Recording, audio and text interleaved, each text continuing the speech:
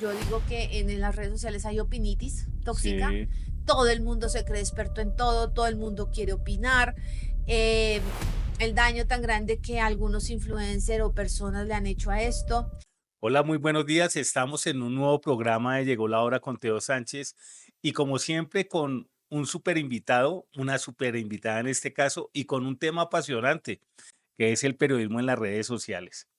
Y sin más preámbulos, bueno, hoy tenemos a Carolina Flechas, analista y periodista, una persona que admiro mucho por todo lo que ha sido su trayectoria. Y bueno, bienvenida Carolina, ¿cómo estás? Hola Teo, muchas gracias por la invitación. Y bueno, ¿cómo es todo este rollo de quién es Carolina? Uy, Bueno, en línea de tiempo pequeña, porque eso es. buena pregunta, ¿no? Pues es una persona que se ha caracterizado por amar y tener como pasión al periodismo.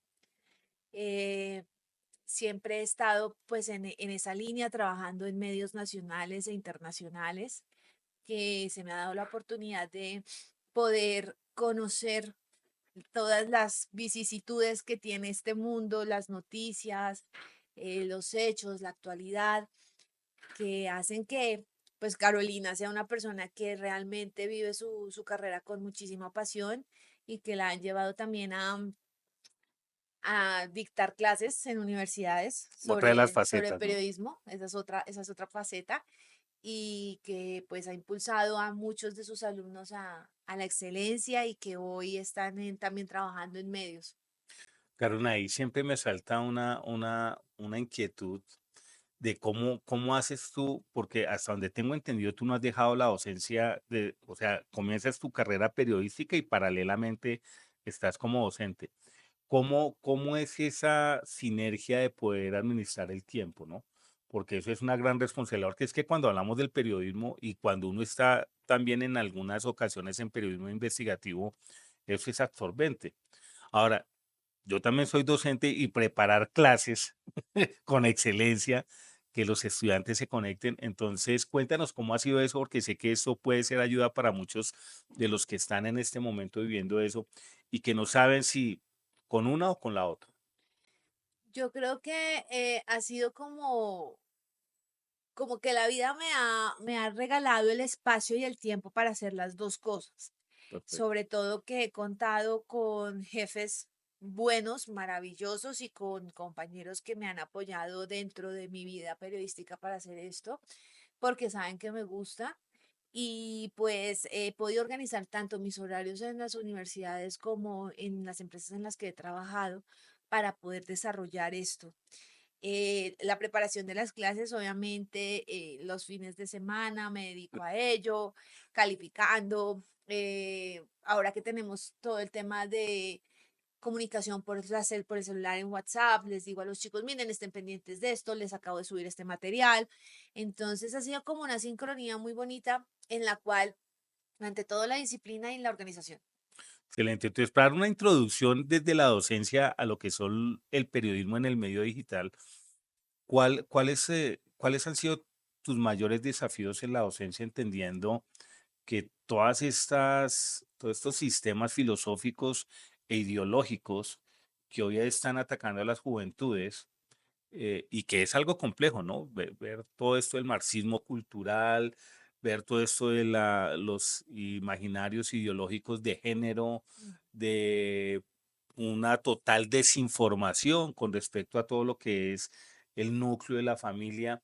O sea, ¿cuáles han sido y tú cómo identificas esos desafíos hoy en los jóvenes y cómo los estás abordando desde la pedagogía en el ejercicio de lo que tú estás haciendo? Uy, hoy en día es duro, es difícil porque estamos ante una juventud que traga entero. Ese es el gran problema.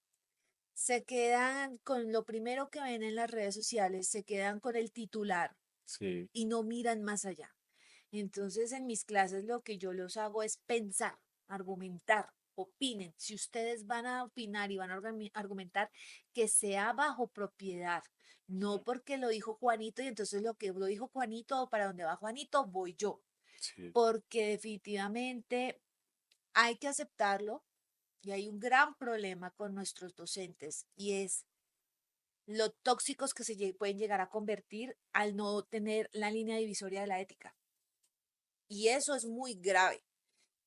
Te lo digo, yo puedo trabajar en X medio, puedo tener X ideales, puedo tener X pensamiento, pero tanto tú tienes tu verdad como yo tengo mi verdad y hay una única verdad. Eso es lo que yo le digo a mis alumnos. Entonces miren todas las aristas de la situación, no se queden con una ni se casen con una. Y hoy el problema con la docencia y con los docentes, no digo que todos, pero sí es un problema que se está viendo y que preocupa, es cómo les quieren meter ideología y lo que ellos piensan. Y bajo ese pensamiento quieren casar a una juventud y así mismo los califican. Entonces es muy delicado. En mi caso yo no hago eso. Yo les expongo tanto los pro como los contra. Ustedes elijan, decidan y les digo, tengan mucho cuidado con lo que van a comentar en redes sociales, porque a la vuelta de la esquina ustedes no saben si esa empresa, si ese medio, si esa persona que los quiere contratar se echa para atrás por un comentario que ustedes hicieron de manera agresiva, con odio o con grosería. Sí, Y ahí perdieron una oportunidad. Y uno del orgullo no come. totales. Entonces, ha sido duro. Entonces, el reto para mí es saber manejar ese equilibrio porque también puedes tener el riesgo como docente de que en algún momento te digan, es que el profesor nos está influenciando a, y van y se quejan con tus La dirección, superiores, con la sí. dirección, te puedes meter en un problema. He conocido casos de docentes que por haber dicho una palabra, por haber expresado su opinión, eh, se han metido en problemas y no tenían la intención de eso. Muchas veces cuando vamos rumbo a las elecciones, o por ejemplo, ahora que están con las elecciones en los Estados Unidos, algunos de mis estudiantes me preguntan, ¿y tú a quién apoyas? Yo les digo, yo no estoy aquí para poner mi posición personal sobre mi voto o sobre quién me gusta o quién no me gusta. Wow, o sea, guardas esa integridad para los estudiantes. Totalmente, totalmente. Es duro, es difícil, pero hay que Claro, hacerlo. o sea, y esa es la postura que uno, porque acá me estás dando una clasecita a mí, ¿cómo así? O sea, sí es mejor guardar esa integridad Sí, y cuidar también como el corazón del estudiante, podríamos decir eso. totalmente. Ante la cantidad de Tocaste otro tema. antisemitismo que se está presentando en las universidades de los Estados Unidos, siendo influidos por los mismos profesores. Ella me contaba, es aterrador. Esas protestas que hemos visto en las universidades de MIT, NYU, Sí, la cantidad de manifestaciones que se están haciendo en contra de Israel en defensa de Palestina, que no es ninguna sí, defensa no, lo que nada. hay ahí, pero es que los chicos no conocen o cuando les dicen más allá del río, ni Sí, siquiera saben qué es más allá del río. Y los mismos muchachos judíos les dicen, bueno, explíqueme. explíqueme, no saben. Ah, es que lo dijo el profesor, porque lo dijo el profesor, entonces yo voy. Y lo que estamos viendo ahí es muy delicado. Entonces, caer en eso es tóxico, es un generador de odio terrible y de una situación en la cual los mismos jóvenes se van a estrellar. Claro, has abordado varios temas y bueno, ingresamos ya al tema de lo que son las redes digitales, el periodismo en las redes digitales, pero para cerrar el tema docente, yo te quería hacer una pregunta con mucha honestidad. ¿Tú crees que las universidades hoy en Colombia están ideologizadas, con marcos ideológicos marcados, con sesgos ideológicos marcados? Te hago la pregunta es porque mm, yo conocí en los 80 lo que era el externado, lo que era la Javeriana, lo que era la Tadeo y lo que eran los Andes, ¿no? Que eran universidades enfocadas en educar, ¿no? En educar sin ningún marco o sesgo, ¿sí? Lógicamente, los directivos o los dueños y eso, pues con sus posiciones como cualquier ciudadano en el mundo, sus posiciones personales, ideológicas en cuanto a su ejercicio ciudadano de la política, del gobierno, pero igual, o sea, para mí el marco educativo tiene que ser un marco educativo como tú lo estás abordando, neutro, donde uno tiene que simplemente exponerle todas las aristas y que ellos puedan tener criterio crítico, ¿no? De poder decir, bueno, realmente la verdad es esta, porque esta es la que evidencia los hechos, no es esto.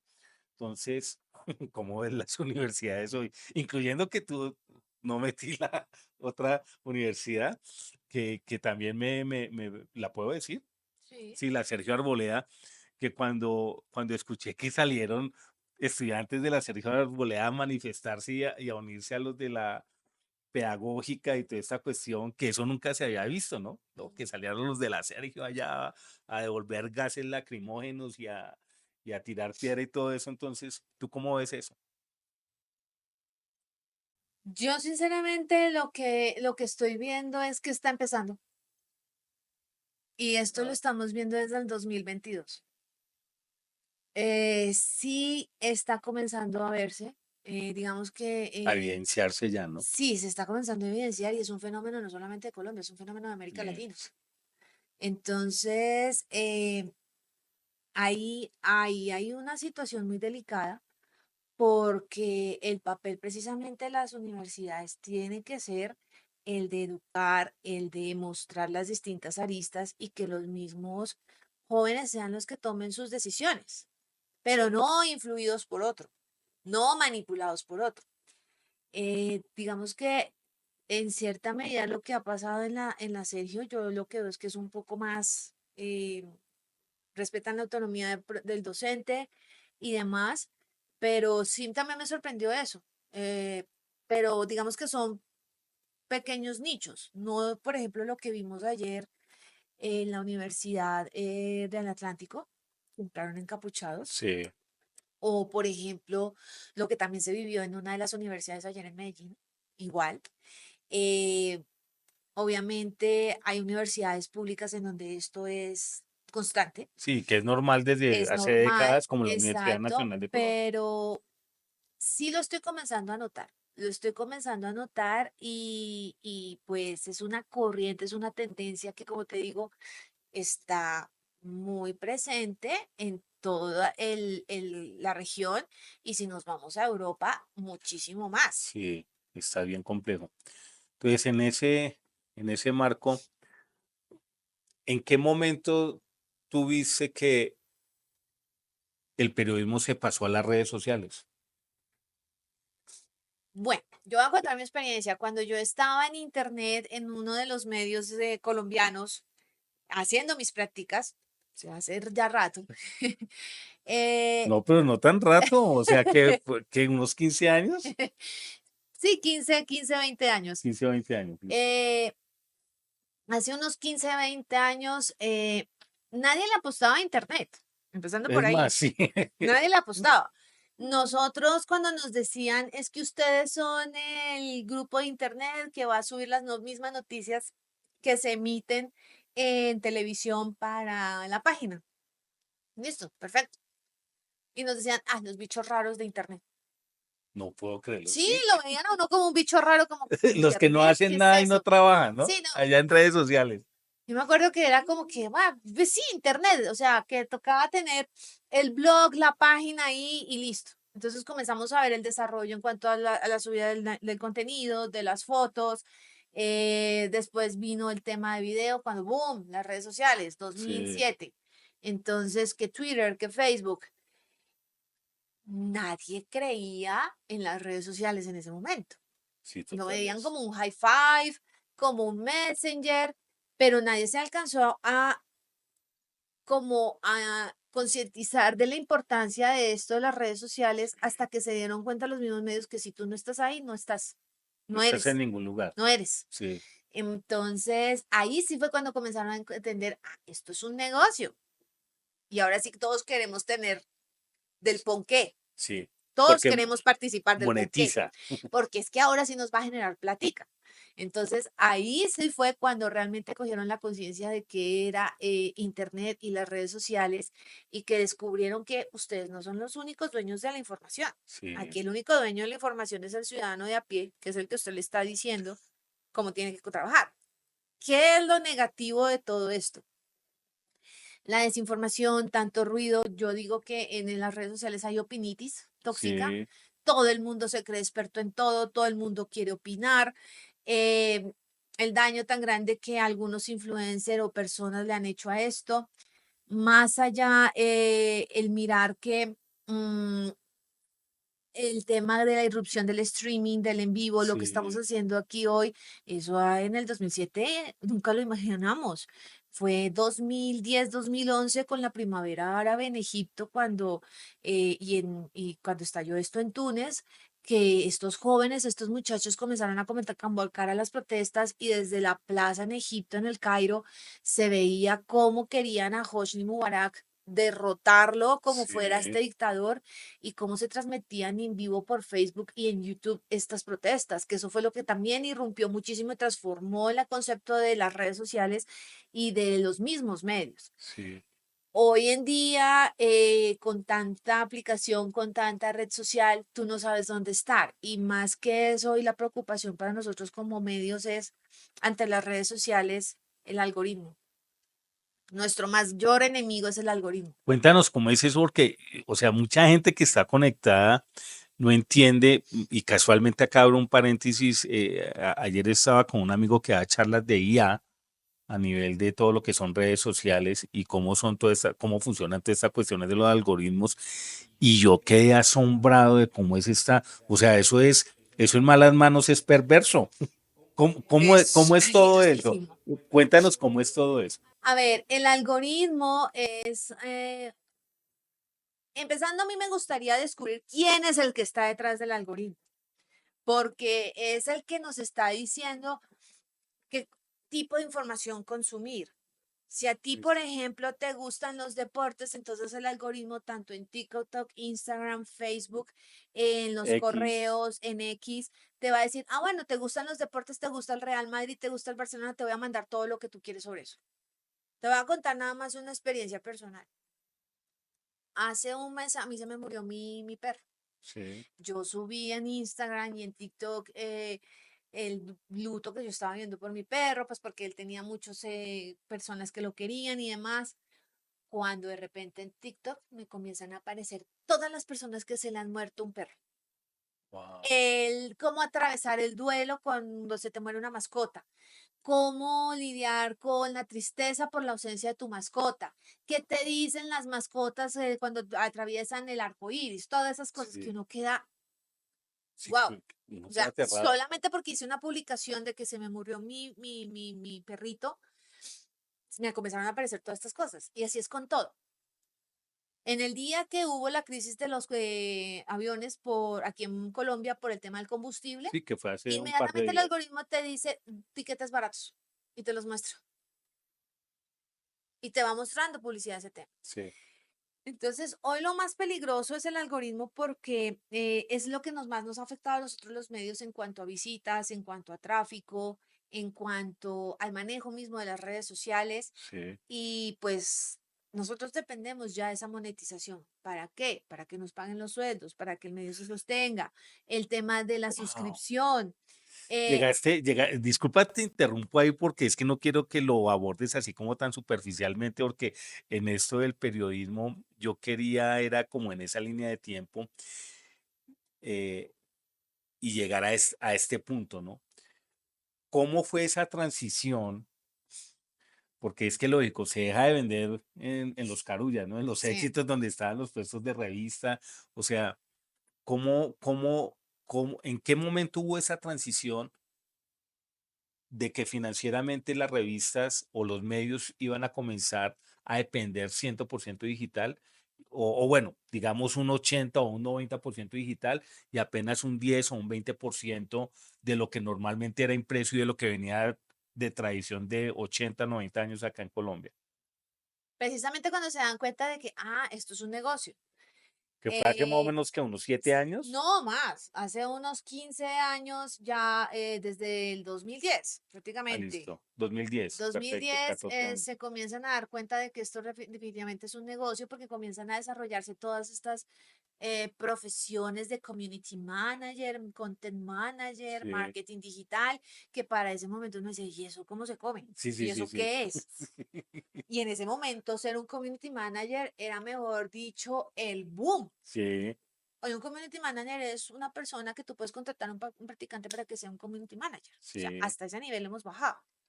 Entonces, tú puedes contratar a un practicante que te maneje las redes sociales o una persona de 2 años en experiencia en manejo de redes sociales.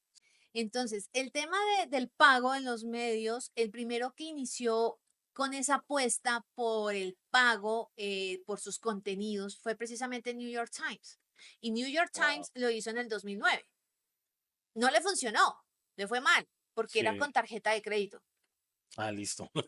Y eso que estamos hablando de un periódico Sí, mundial mundial, de Estados Unidos, en donde el ingreso per cápita de las personas da para que tú pagues con una tarjeta de crédito un claro. contenido. Pero en su momento no les funcionó y se cayó esa idea. Hubo una transformación dentro de New York Times y hoy New York Times es el ejemplo a nivel digital de Global, transformación digital a nivel global de un medio que no que a pesar de que fracasó, volvió y lo intentó y no fracasaba en el intento.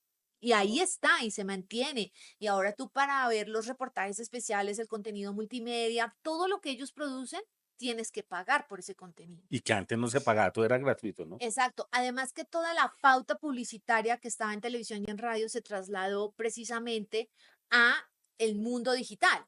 Sí, Entonces, hoy estamos dependiendo de, bueno, ¿y cuánto tráfico te está generando las noticias a ti?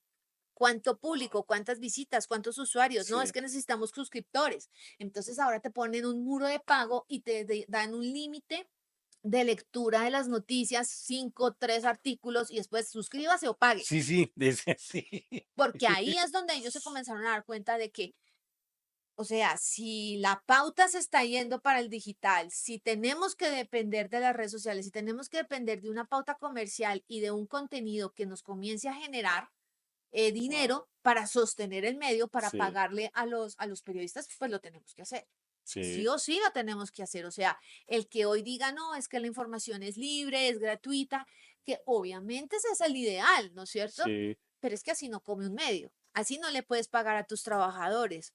Entonces, eso fue lo que hizo precisamente que muchos tomaran el ejemplo del New York Times. En su momento el mundo lo hizo, el país lo hizo, no les En, fue bien. en Colombia, ¿cuál fue el primer? Ojo, yo tengo como el imaginario que fue Revista Semana y El Tiempo, en los que yo vi como medios que empezaron a toda la cuestión digital de lo que era su revista, no, Sí. impresa, y lo empezaron a vender digital. Pero tú que eres la experta en todo eso, ¿cuál fueron los primeros medios que comenzaron con eso? La transición que hizo Colombia para comenzar a pagar, a pedir suscripción y pago por contenido se demoró bastante. Nosotros fuimos, ¿qué te digo yo? Un poquito antes de la pandemia, empezaron, 2018. 2018, 2018, Mm, 2017, empezaron que, primero que suscríbete. A ver, Y ya después sí, el tema del pago. Sí, Semana fue uno de ellos. El Tiempo lo hizo un poquito después. El Tiempo se lo listo, pensó perfecto. y se lo pensó, pero ya tuvieron que hacerlo. El Espectador también. Entonces nosotros sí nos demoramos, mientras que en los medios Nos tardamos casi digitales. 10 años, oye. Sí, en los medios digitales de Estados Unidos, lo que te digo, New York Times, después vino Washington Post, Miami Herald, y en esa corriente estuvo Europa. En España, el mundo.es empezó, le fue mal, el Sí, país también le fue mal. ¿Por qué? Porque la gente al principio decía, pues yo, ¿por qué tengo que pagar por leer lo que yo quiero leer? sí, O sea, tras del hecho tengo que convenir a pagarles. Ahora no, ahora sí ya hay como un interés porque hay que saber vender los contenidos para y que, esa conciencia, ¿no? exacto, paguen. Y sobre todo que se necesitan nuevos suscriptores, nuevos usuarios. Entonces, así como te vendían el tema de suscríbase al tiempo y que tú pagabas por que te llegara a tu casa el periódico El Tiempo con portafolio y todo lo que traía de todas las revistas alternas que Sí, tenía El Tiempo, pues ahora eso se ha trasladado al mundo digital. ah, Entonces, por ejemplo, hoy el país de España tiene el tema de sus contenidos para pagar y también tiene el país semanal. Te suscribes y pagas. Todo lo que está ahí es contenido wow, único y exclusivo para suscriptores, lo mismo que en New York Times. Todavía nosotros, sí, el tema de los especiales y demás, Tú ya lo has visto en el tiempo que hice contenido para suscriptores y Sí. contenido libre. Ellos lo diferencian. Esa es la tendencia. Y así es como se han tenido que transformar y pues sostenerse estos medios. Ahora hablemos del periodista. ¿Cómo transitaste? Porque tú has vivido todo el periodismo. ¿Cómo transitaste ya y cómo ves el presente futuro de los periodistas? Bueno, yo sí puedo decir de la generación millennial que Sí. soy, el adulto contemporáneo. Esa no eh, adulto contemporáneo, esa no me la sabía. Bien. que yo sí fui de las personas que jugó con la canica, Sí, tuvo el primer computador y después el primer BlackBerry y después la red social, o sea, como sí. que nosotros sí vivimos, MySpace, ¿no? Que sí, fue la primera MySpace, red Messenger, social. Sí, Hi-Fi, todo eso lo sí, tuvimos. El primer chat, que era Latin Chat, me acuerdo sí. muchísimo. Nosotros sí vivimos como toda esa transición, somos la generación que vivió toda esa Tenemos la transición experiencia y la y tenemos la experticia. experiencia, pero a comparación de estos muchachitos que nos llegaron, ellos ya llegan con el La del chip chip. adentro. Sí. Entonces ellos ya te dan sopa y seco con todo el tema de manejo de video, redes sociales. En un TikTok, no sé, se inventan un baile y el baile es viral, entonces Sí, todo el mundo a hacer el baile. Mira, como ahorita que venía escuchando las noticias y me dio risa de lo que está pasando en España en uno de los supermercados que se llama Mercadona. Los influencers ahora les dio porque qué cuento de Tinder. Vámonos a Mercadona a una determinada hora, que es un supermercado muy reconocido allí en España, y vamos a ligar, vamos a ver si podemos conseguir pareja en cambio de estar en Tinder. Y se consiguen media piña del supermercado, se la meten en un carrito y si otra persona tiene al revés la otra media piña y se chocan con el carrito en el supermercado, entonces guau, ahí hicieron match. ¿de Esa es la verdad? tendencia. Entonces, en todos los supermercados de España y ahora en todos los supermercados de Estados Unidos, y no se te haga raro ver eso aquí, Sí, va a ser la tendencia. ¿Y por qué? Porque a un muchachito o a una estrategia comercial de Mercadona se le ocurrió. Entonces, hoy lo que nosotros hemos visto es de esa transición y lo que yo he visto es o te actualizas o esto te come. Entonces, mi experiencia como practicante en uno de los medios como Internet, después haber estado durante un tiempo en Internet, que yo viví esa historia del sí. Internet Tú aquí lo en viste ahí a Colombia, flor en de los piel. medios, y volver a estar engranada en ese mundo, le hace a uno descubrir, pues pucha, yo no sé nada. Todos los días me tengo que estar actualizando porque o si no, y que es tendencia, no es tendencia, a veces uno sufre con las noticias que uno arma para temas digitales porque uno se, mejor dicho, se trabaja las notas y a veces te pegan o no te pegan, que es en el argot de pegar o no pegar, que la gente lo está visitando, que la está mirando. Y un problema que hoy estamos teniendo también y es el desafío y lo que nos está sucediendo, el clickbait, la guerra del click. El mejor titular, entonces Ah, sí. o si yo inflo el titular, o si le Sí, pongo una una palabra que, uy, sí, me sí. generó gancho, entonces ya me van a visitar. Y el futuro de los periodistas a mí sí me preocupa un poco, primero por la De cantidad de desinformación que hay, sí, la falta de verificación y el enemigo más grande. Yo no es que tenga resistencia a actualizarme sobre ello, pero veo las consecuencias de lo que puede venir sí. que es con la inteligencia artificial. Entonces, yo a mis chicos lo que les digo es, si ustedes no han visto la película de Steven Spielberg, Inteligencia Artificial, mírenla, porque es lo que estamos viviendo hoy y lo que vamos a vivir en unos años. Ya no va a ser inteligencia artificial, sino que yo contigo puedo hablar por un holograma, Sí. que hacia allá vamos. Ya hay eh, experimentos Total. sobre eso. Y yo les contaba a mis estudiantes, tuve que verme 7 veces la película de Matrix, la primera, Sí, para sí, poder entenderla. claro. Véanse Matrix y es lo que estamos viviendo hoy en día. Sí, todo eso de la realidad aumentada y realidad virtual, Todo eso, eso ya todo lo eso. están El hablando. tema de la clonación, Sí, lo más peligroso y que ya por ahí ha habido unas noticias falsas, otras que parece que son reales de úteros artificiales, hacia sí. allá vamos. Entonces, No, no, y es ya se escaneó en 3D el primer todas corazón. las Dios impresoras mío. 3D, o sea, todo, o sea, la ciencia y la tecnología van, mejor dicho, a 10.000 por hora. Entonces, Sí. si nosotros no nos actualizamos, es delicado. Y más para los periodistas del futuro, si van a depender de la inteligencia artificial, pues están matando la profesión, se están matando ellos mismos. ¿Cuál es la ventaja que la inteligencia artificial nunca va a hacer y no va a poder hacer? Contrastar, entrevistar a una fuente y verificar. No va a poder Totales. trabajar en terreno en caliente. Lo que nosotros sí podemos hacer, en el momento en que nosotros dejemos que la inteligencia artificial nos arrebate eso, esto se murió. Wow, bueno, esto, el tema está casi apocalíptico, Caro. Dios mío, entramos ya en la recta final, mi Caro, y realmente estoy sorprendido por todo lo que nos has compartido y por todo lo que está sucediendo y que ya estás dando unas alertas, ¿no? Ujú. Muy reales de lo que va a ser el periodismo del futuro y no estamos hablando del futuro en 10 años, en 5 años, Sí. que ya vamos a empezar a ver esto.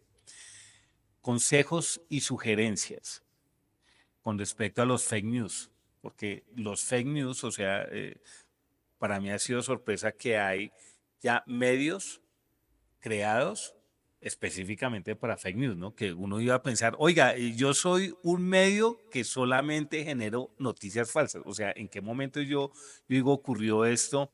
Y la intención, el propósito, por ahí estoy investigando y que uno de estos medios famosos por allá en Inglaterra lo hace simplemente porque es una buena rentabilidad de monetización, no lo hace con ningún sesgo político ni nada de eso, que mete hasta noticias de ciencia.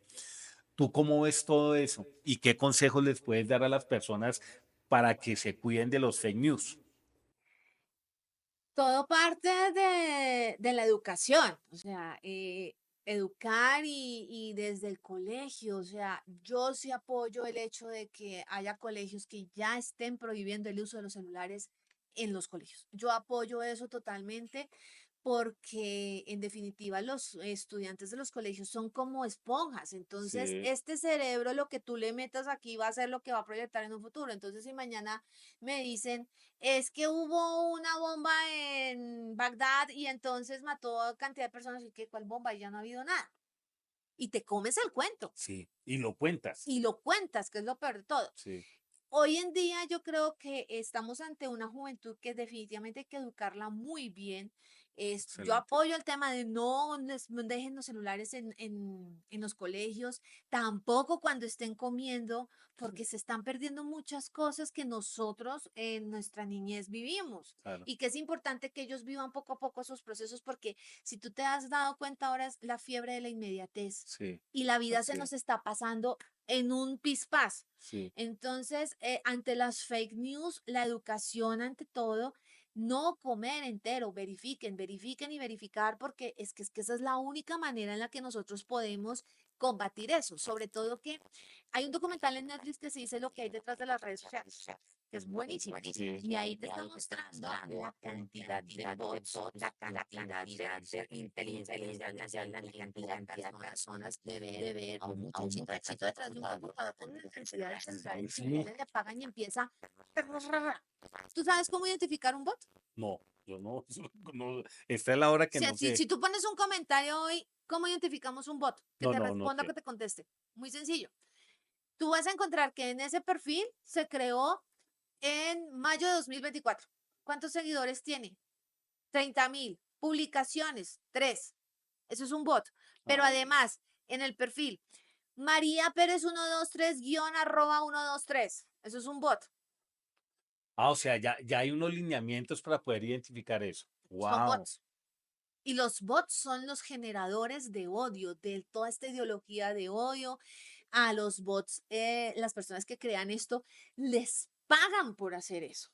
Y les Wow. pagan por generar contenido falso.